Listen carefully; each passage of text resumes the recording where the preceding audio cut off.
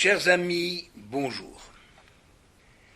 Tout homme dans sa vie se trouve dans une situation où il doit prendre position, une position claire et sans ambiguïté. Cette prise de position nécessite parfois une grande force de caractère, car elle peut entraîner un danger immédiat ou lointain.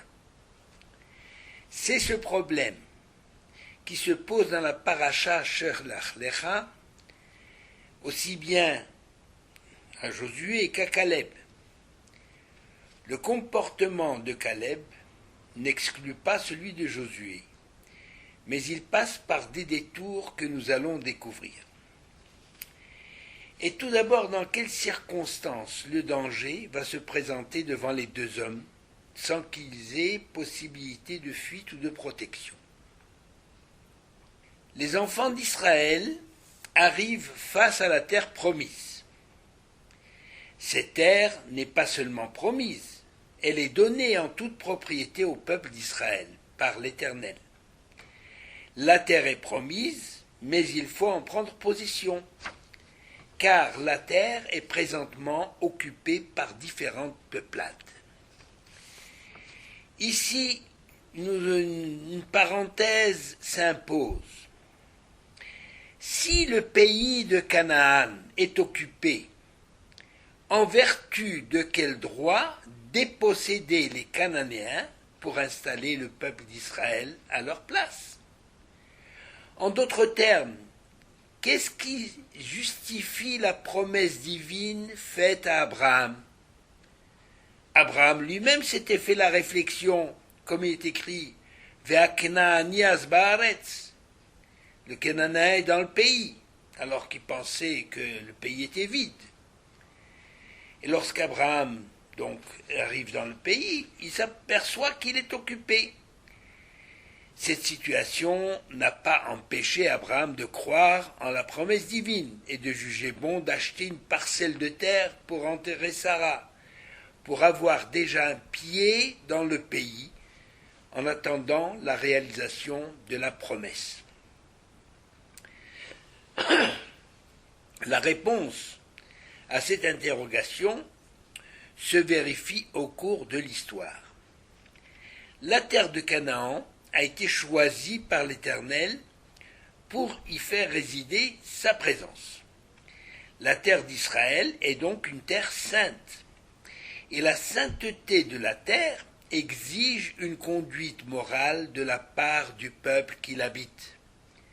Si le peuple ne respecte pas le caractère de sainteté de la terre, eh bien la terre d'Israël vomit ses habitants, quels qu'ils soient, quels que soient ses habitants, sans aucune exception, même si ce sont les enfants d'Israël, ce qui malheureusement est arrivé puisque l'histoire en témoigne et justifie les exils successifs des enfants d'Israël. Mais il y a quand même une particularité, c'est que la terre d'Israël a été donnée au peuple d'Israël de manière définitive, car les dons de Dieu sont sans repentance. C'est d'ailleurs l'une des raisons des 40 ans d'errance pour le peuple sorti d'Égypte. Il était nécessaire d'attendre que la terre sainte vomisse ses habitants, les habitants qui ne méritaient plus de l'habiter, d'y être, pour que les enfants d'Israël prennent possession de la terre qui leur était réservée depuis la promesse faite à Abraham. Et l'histoire témoigne que malgré les exils successifs, les Juifs n'ont jamais renoncé à retrouver leur terre, qui a toujours connu une présence juive depuis que le peuple sorti d'Égypte s'y est installé. Nous fermons la parenthèse. Nous revenons donc au problème de la terre de Canaan, des explorateurs, du peuple d'Israël qui doit y retourner, de cette terre que Dieu a promise, qu'il a donnée, mais dont il faut prendre possession. Eh bien, la confiance en Dieu dans la vie ne dispense pas de l'effort personnel. Le roi Salomon a exprimé ce principe en disant dans les Proverbes, au chapitre 21, verset 31, Sus muchan leyom milchama velachem haishua. On équipe le cheval pour le jour du combat, mais la victoire appartient à Dieu. Cette maxime signifie que l'homme doit agir comme s'il ne devait compter que sur lui-même, mais qu'en définitive, tout dépend de Dieu, aussi bien la réussite que l'échec. La personne qui refuse toute initiative et toute activité sous prétexte que Dieu lui viendra en aide contrevient à la volonté divine. Sauf si la personne se consacre entièrement à l'étude de la Torah. Il est normal qu'en se remettant à Dieu, qu'en comptant sur Dieu, eh bien Dieu subviendra à ses besoins. Dieu saura par quels moyens assurer son existence. Mais il faut savoir que l'étude de la Torah à plein temps est l'activité la plus astreignante qui soit, et physiquement et intellectuellement. Essayez un seul jour et vous comprendrez. Donc, dans Shlach Lecha, quand Dieu dit Shelach Lecha Nashim Viatur Ta'aretz, Shlach Lecha qui signifie va pour toi, il ne s'agit pas d'un ordre divin qui est donné à Moïse. Dieu lui dit envoie pour toi, si tu le juges, si tu juges utile. Et Moïse décide justement d'envoyer des explorateurs. Le terme convient mieux d'ailleurs que celui d'espion. Parce que malgré la promesse divine, Moïse sait que Dieu attend toujours une part d'initiative de la part de l'homme. C'est la raison d'ailleurs de l'accord de Moïse d'envoyer des explorateurs, pas tant pour savoir de quelle manière entreprendre la conquête, que pour avoir une appréciation humaine de la situation. Et comme il ne voulait pas priver les tribus de leur chef déjà désigné pour l'ordre de la marche dans le désert, Moïse a pris un homme par tribu en lui conférant le titre de prince. C'étaient des hommes honorables au moment de leur nomination, mais ces explorateurs ont pris très vite conscience que leur mission était de courte durée et qu'une fois installés dans le pays, ils perdraient leurs prérogatives, les prérogatives dont ils bénéficient présentement.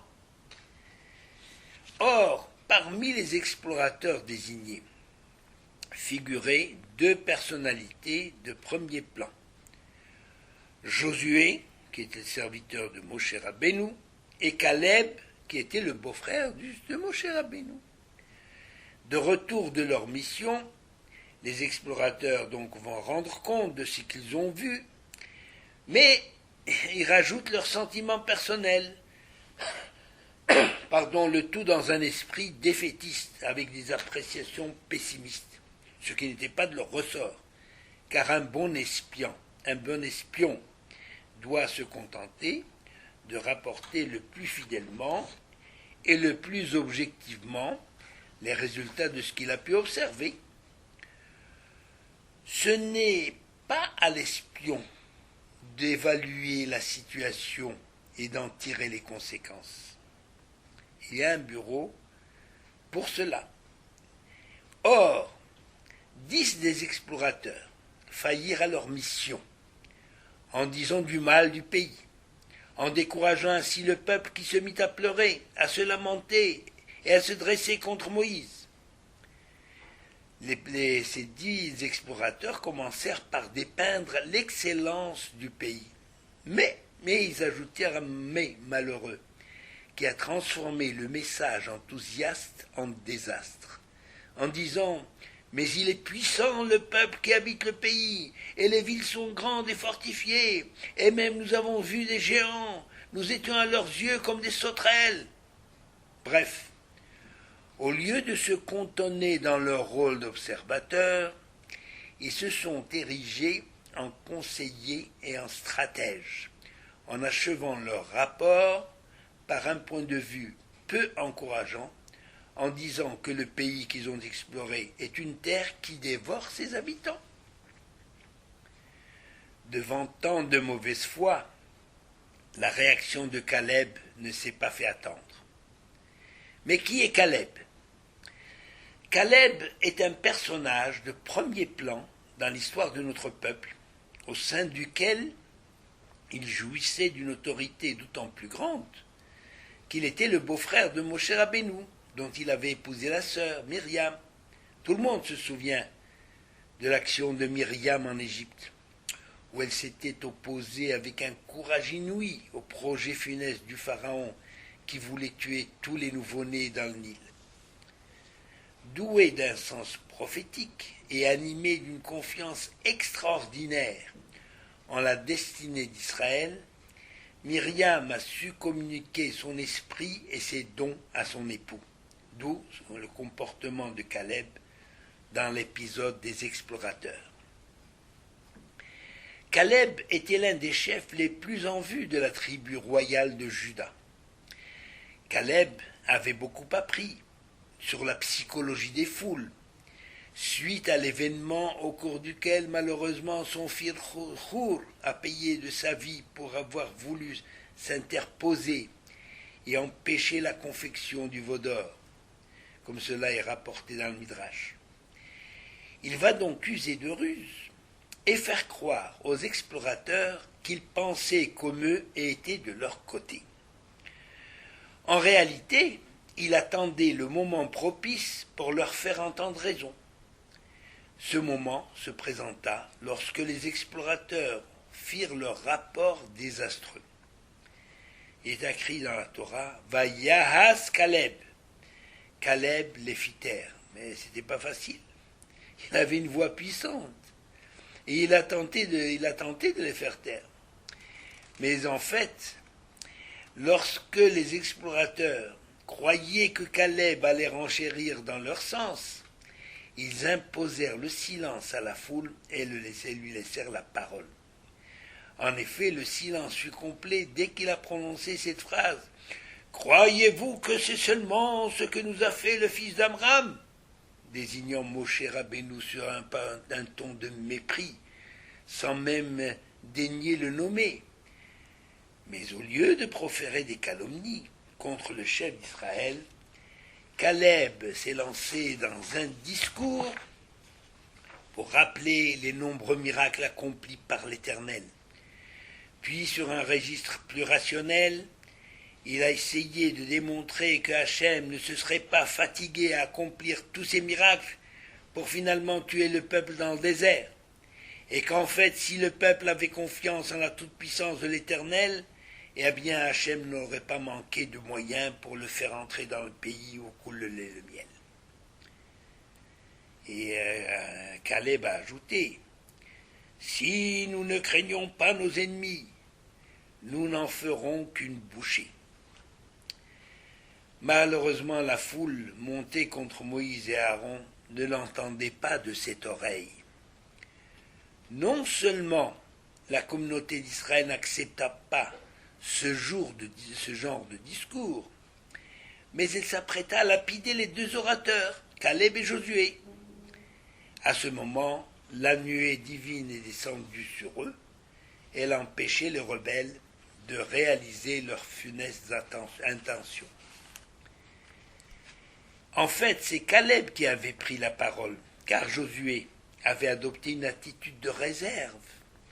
Il s'était dit, si je m'oppose aux autres explorateurs, les gens vont dire, mais c'est normal, il défend ses intérêts sur le dos du peuple.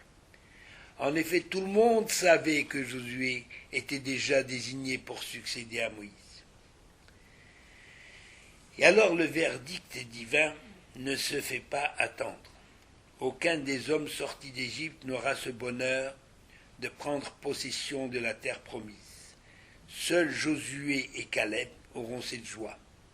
Les femmes aussi, parce que les femmes n'avaient pas participé à la rébellion, elles n'ont jamais participé à une rébellion, et les Lévites, la tribu de Lévi également, a toujours prêté serment de fidélité à Moïse et à l'Éternel.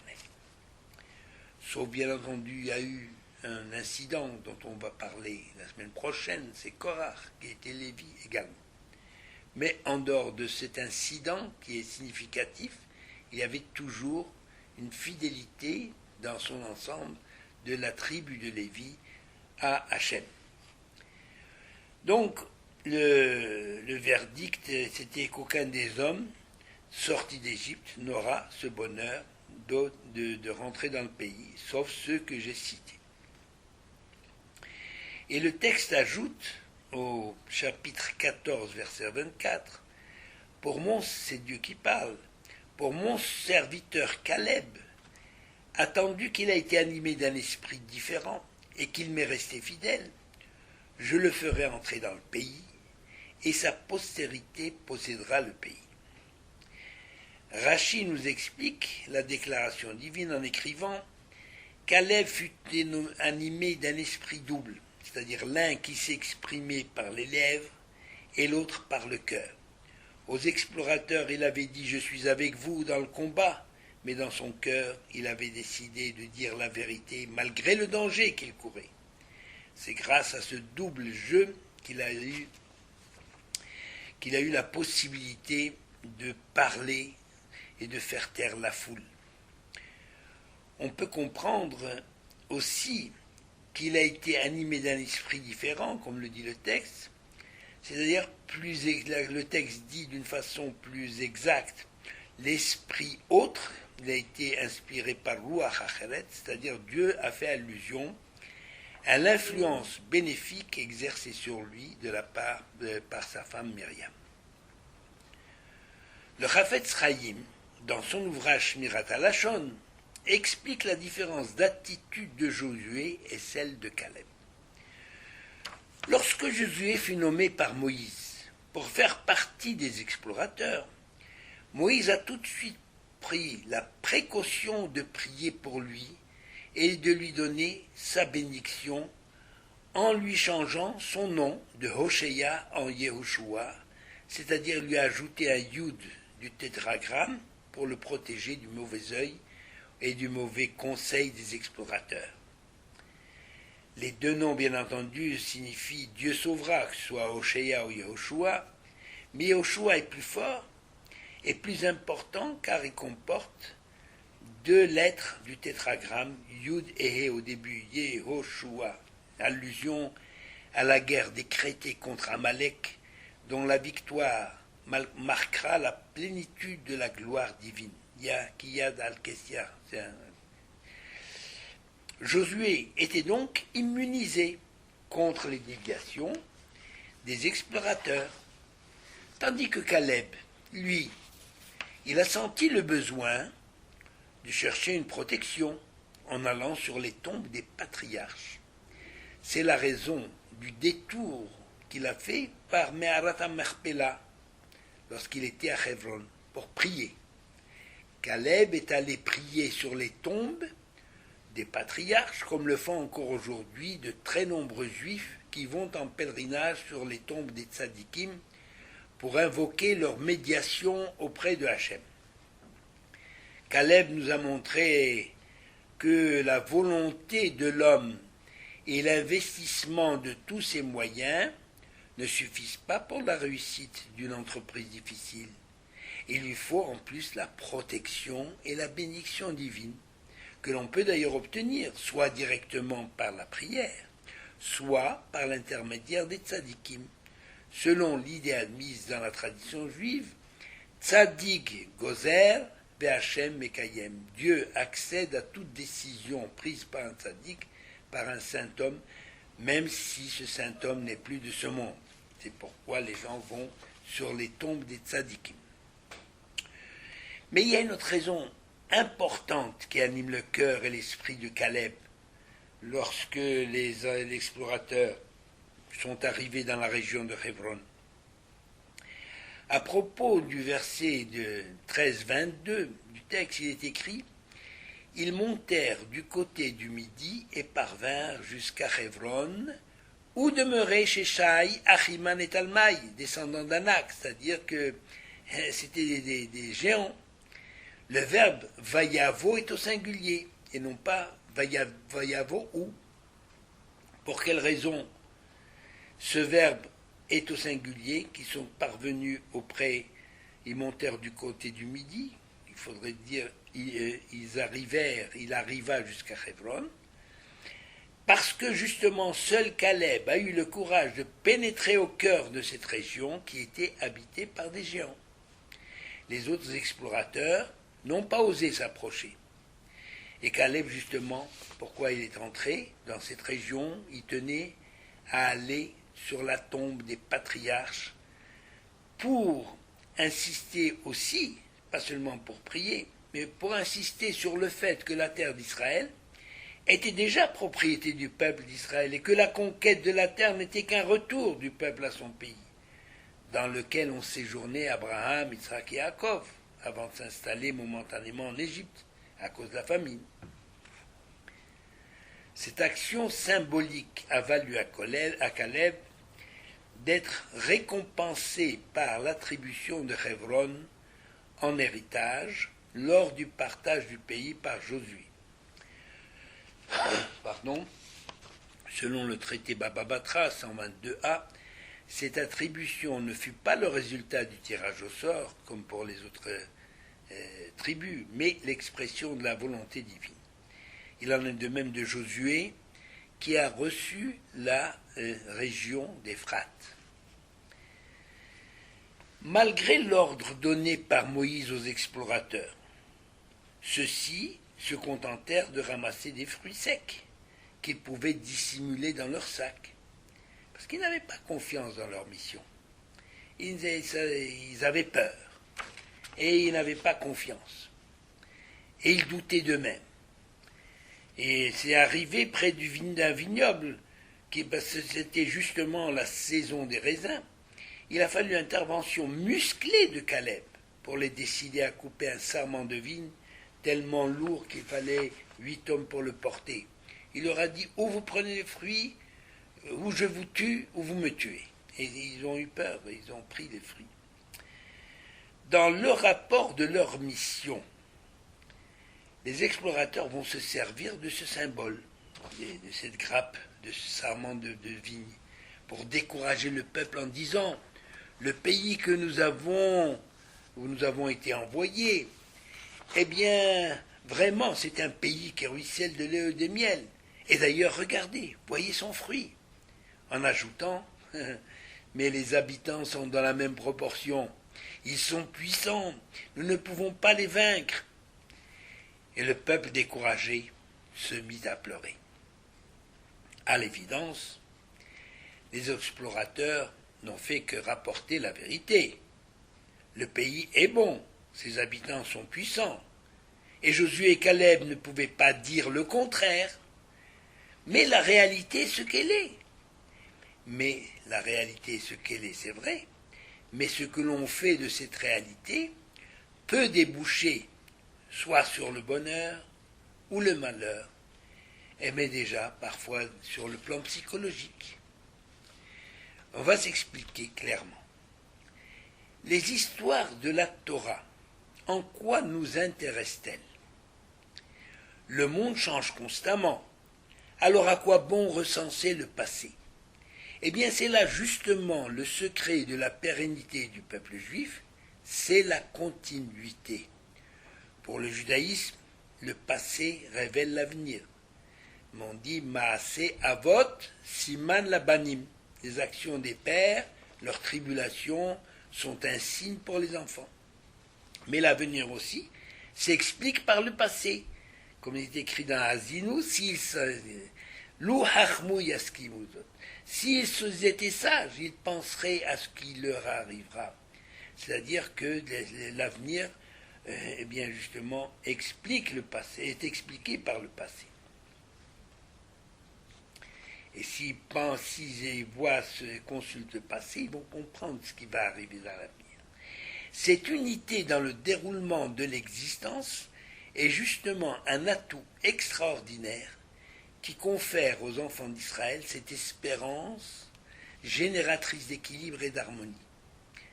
En fait, les problèmes qui se posent à l'homme sont toujours les mêmes dans leur essence. Ce qui varie en fonction de l'époque, en fonction de la civilisation, ce sont les formes et les manifestations de ces problèmes au niveau de leur surgissement dans l'existence. On peut ramener toutes ces préoccupations humaines à trois facteurs que l'on retrouve dans le mot milchama, la guerre, dont la racine c'est lechem, lamed chet mem, milchama. Lechem c'est le pain, tout le monde a motzi lechem minaretz. Lechem c'est le pain. Pour quelles raisons les hommes se font la guerre, se demandent nos sages, en constatant que la guerre a pris place dans le monde dès l'apparition de deux hommes sur la terre. C'est Caïn et Abel, dès qu'ils sont apparus sur la terre, ils se sont fait la guerre et Caïn a tué Abel. La guerre a pour objectif de résoudre le problème du pain. Alors que représente le pain?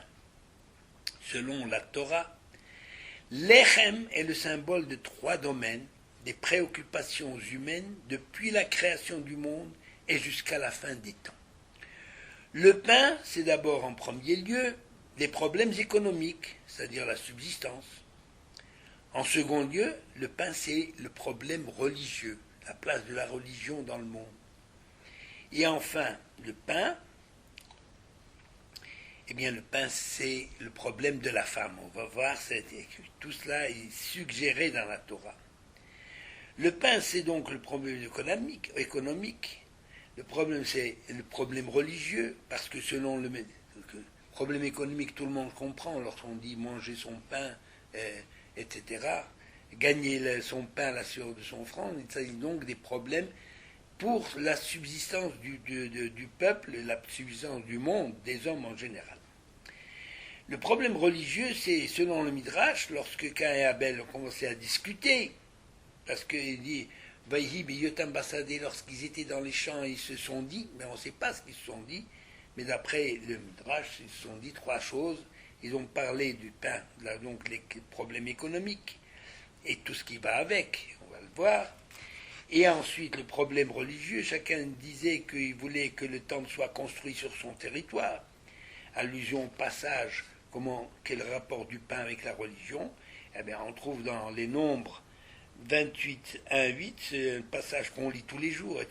Et korbani lachmi leishai, et korbani lachmi, ça veut dire mon offrande, mon pain.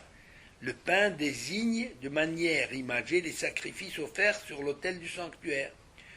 D'où, quel rapport à la religion et le pain, quelles conséquences, d'où l'attrait du pouvoir et de la puissance militaire pour la possession des territoires, pour justement installer l'autel pour Hachem, ou l'autel pour Hachem, et d'autres qui ont dévié en disant c'est la religion, leur religion, etc. Eh bien, enfin, le pain, c'est la femme. D'où on sait l'histoire que le pain, c'est la femme.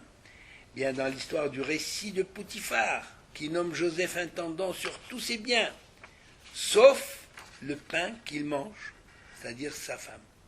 Et toute la vie de l'humanité tourne autour de ces trois aspects. Du pain, le pain, c'est-à-dire la possession des biens matériels, la religion et la sexualité. Et ces trois vecteurs, ou trois préoccupations des hommes, ont existé dès l'apparition des deux hommes sur la terre, Caïn et Abel, et se poursuivront leurs effets, certainement, sans se tromper jusqu'à la fin des temps. Eh bien, Caleb est réaliste. Il ne ferme pas les yeux sur la réalité. Mais il sait que pour un croyant, la réalité peut être affrontée avec foi et courage, au-delà des données rationnelles. La vie n'a jamais été facile pour le peuple juif. Dès son apparition sur la scène de l'histoire, son étonnante capacité de résistance à l'adversité, même dans les situations sans issue et sans espoir, lui a permis justement de redresser chaque fois, de redresser la tête. Et Caleb avait cette foi qui brise les montagnes, et la force de caractère pour s'opposer au défaitisme des explorateurs. Il leur a dit « Allons ale veyarashnu » Oui, montons, nous allons monter et nous vaincrons. Le verbe employé, c'est allo, monter, c'est-à-dire regarder vers le haut et ne vous laissez pas abattre devant la difficulté. Ne regardez pas par terre. Cette étonnante capacité de résistance à l'adversité, dont Caleb nous a donné l'exemple, a été confirmée dans les temps modernes par de nombreuses guerres qu'Israël a dû mener depuis sa création, la création de son État en 1948.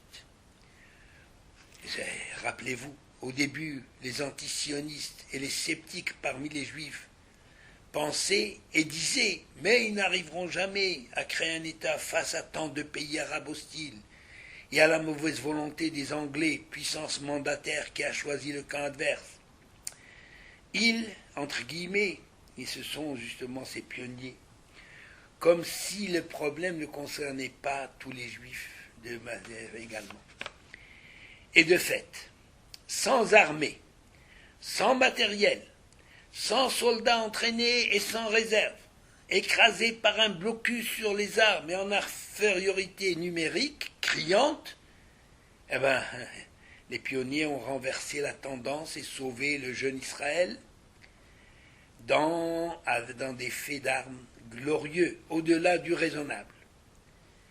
Les pionniers ont fait preuve d'une exceptionnelle motivation et d'un courage à déplacer les montagnes, réalisant le slogan de Caleb « Allo naale v'yarashnu » montons et nous hériterons.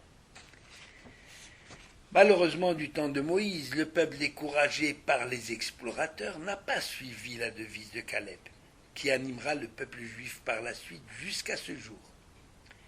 Cet épisode des explorateurs a finalement montré aux générations montantes que l'Éternel n'a pas offert à Israël la terre promise sur un plateau d'argent. Si Dieu a donné naissance au peuple d'Israël en dehors de pays qui lui étaient destinés, eh bien c'est justement parce que ces terres se méritent, contrairement à toutes les autres nations qui naissent et se forment sur leur propre territoire. Israël n'a pu rejoindre le sien qu'après l'avoir mérité.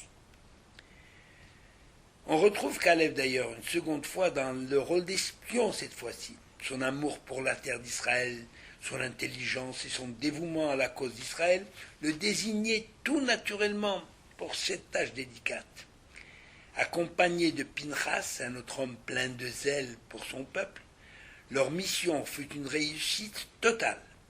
Et nos sages l'expliquent tout naturellement par l'esprit d'abnégation des deux hommes. Esprit d'abnégation qui faisait totalement défaut aux explorateurs envoyés par Moïse, parce que les explorateurs ne voyaient que leur intérêt. Cet esprit d'abnégation et de courage s'est de nouveau manifesté donc avec les pionniers de l'Israël moderne. Et il faudra encore du temps pour que le pays revête l'image que l'on attend de lui, c'est-à-dire un paradis sur terre. Mais déjà, parce qu'il ne faut pas être pressé, les gens sincères et honnêtes reconnaissent qu'Israël fait des efforts en ce sens. Et même si le chemin est encore long, qu'avec l'aide de l'Éternel qui ne dort ni ne sommeille, le monde sera un jour ouvertement admiratif, mais pas étonné. En effet, au travers de son hostilité à peine déguisée, le monde attend d'Israël qu'il redevienne une lumière pour les nations. Sinon, comment expliquer l'ampleur des dures exigences morales à l'égard du seul État d'Israël de la part des nations? Ces mêmes nations qui restent impassibles et aveugles face aux violences inouïes et aux injustices criantes qui sévissent dans le monde aujourd'hui. On est exigeant vis-à-vis d'Israël, parce qu'on tient Israël on lui attribue une valeur exceptionnelle, même ses ennemis les plus acharnés. On peut se demander pourquoi Josué n'a pas tiré la leçon de l'échec des explorateurs, en envoyant encore 2 hommes pour une nouvelle mission d'espionnage avant d'entrer dans le pays. L'explication admise est la suivante. À l'approche du pays promis, par manque de confiance en Hachem et de foi en confiance en Moïse et de la foi en Hachem, le peuple tenait à vérifier si réellement, le pays coulait du lait et du miel. C'était un pays où coulait le lait et le miel. La mission des explorateurs n'avait aucun but militaire, tandis que la mission, justement envoyée par Josué, devait servir directement pour planifier la stratégie de la conquête de Jéricho et celle du pays tout entier, car, comme on l'a rappelé plus haut, la Torah attend toujours une initiative de la part de l'homme pour accueillir la bénédiction divine. Nulle personne n'est à l'abri d'une erreur. Tout homme est faillible. Je voulais donner un peu cette image de Caleb. On cite une faute commise par Caleb, une faute similaire à celle de Jephthé, qui était juge en Israël et qui avait dit « J'offrirai en sacrifice ce qui sort en premier de ma maison, si jamais j'ai la victoire totale sur mes ennemis. » Et vous savez qui est sorti en premier de sa maison à son retour de bataille? Sa propre fille en âge de mariage. Eh bien, Caleb a fait la même erreur en disant « Celui qui se battra contre Kiryat Sefer », qui est devenue une ville aujourd'hui où la Torah est en honneur, celui qui se battra contre Kiryat Sefer et en fera la conquête, aura ma fille Arassa en mariage. Eh bien, Caleb, lui, il a eu la chance que ce soit Othniel, le futur juge en Israël, qui a conquis Kiryat Sefer et qui est devenu le mari de sa fille. En conclusion, la personnalité de Caleb réside avant tout dans sa force de caractère. Et en cela, Caleb est un juif véritable. Parce que tout au long de notre histoire, un juif véritable a toujours su dire non à tout ce qui pouvait porter atteinte à son identité. Conversion, assimilation totale, même dans les situations les plus dramatiques. Un juif véritable, c'est aussi un homme qui a toujours l'espérance au cœur, malgré les circonstances, malgré la conjoncture, comme l'indique le nom de Caleb, diminutif de Kullo Lev, c'est-à-dire dont le cœur est entier avec Dieu, Beracha ve'Hatzlacha.